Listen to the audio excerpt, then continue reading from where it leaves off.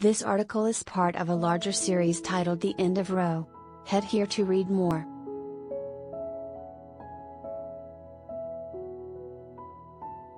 If states insist on restricting reproductive rights, the least they could do is provide assistance for those parents and their new children.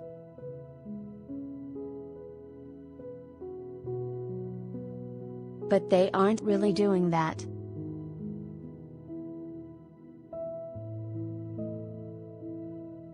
HuffPost examined 23 states that are set to restrict or ban abortion if the Supreme Court overturns Roe v. Wade this summer, as it seems poised to do. We looked at whether they offer benefits such as paid family leave, universal pre-K, tax credits aimed at helping families and medical assistance.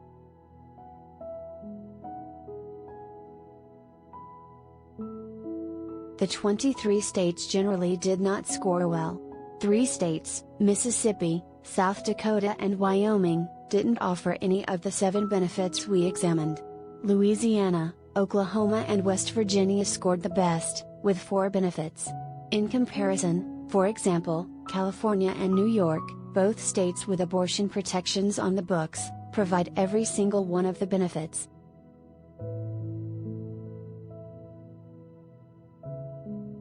In the absence of federal action, overturning Roe will be especially devastating in the states poised to ban abortion, said Asab Ahmed, Associate Director of Women's Health and Rights at the Center for American Progress. Most of these states have failed to develop policies or invest in programs that support mothers and their families, setting up women forced to continue a pregnancy for failure.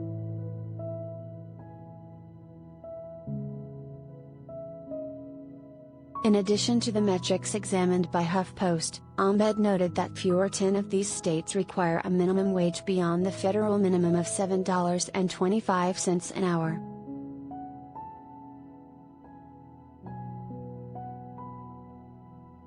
A look at some of the measures we used.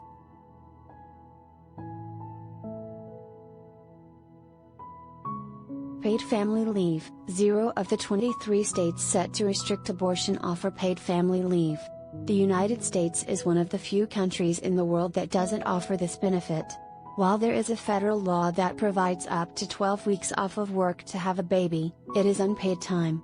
It also applies only to companies with 50 or more employees, and to employees who have been employed there for a full year.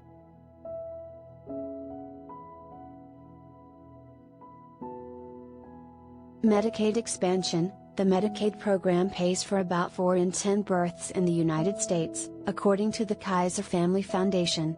The Affordable Care Act dramatically expanded who qualifies for Medicaid coverage, bringing health insurance to more people. But 12 states did not accept the expansion, including 10 that are set to restrict abortion rights.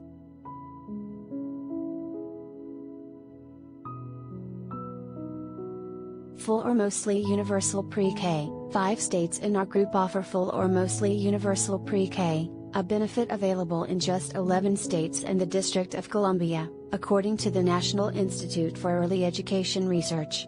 Those states serve at least 70% of their 4-year-old population or have committed to the goal of universal pre-K.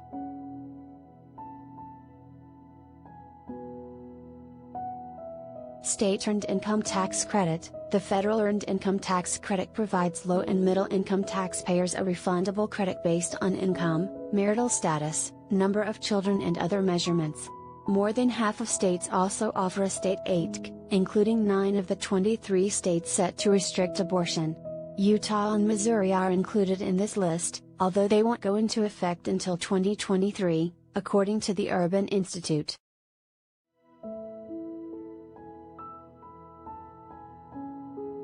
State Child Tax Credit. The popular federal child tax credit provides tax relief to families based on their number of children. Only Oklahoma and Idaho offer a state child tax credit, according to the National Conference of State Legislatures, although unlike the federal one, it is non-refundable.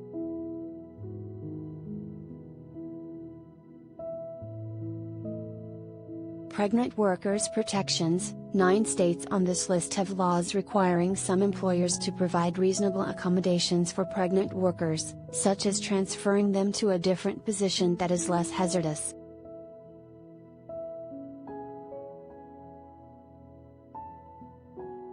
12-month Medicaid postpartum extension.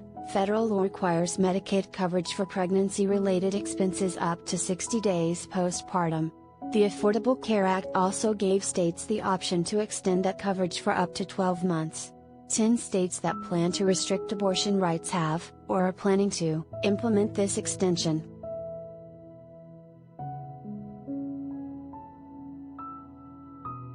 Of course, the benefits here are just a small slice of what's needed to help families, and support is needed long after the children are babies and toddlers.